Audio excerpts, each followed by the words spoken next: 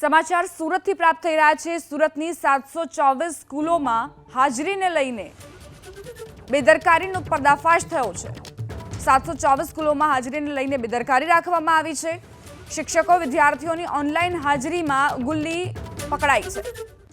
વિદ્યા સમીક્ષા કેન્દ્રએ શિક્ષકો અને વિદ્યાર્થીઓની ઓનલાઈન હાજરી રોજ નિયત સમયમાં પૂરવા માટે જણાવ્યું।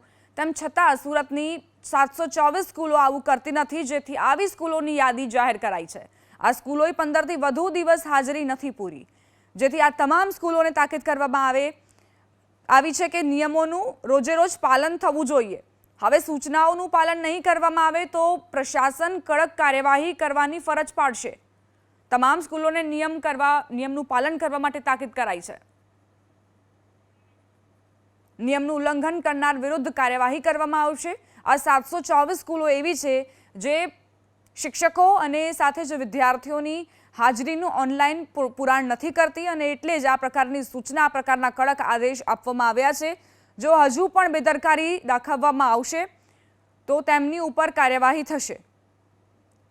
15થી વધુ દિવસ થઈ ગયા છે, પરંતુ તેમ છતાં પણ હાજરી પૂરવામાં નથી આવી તેવો આરોપ મુકાયો।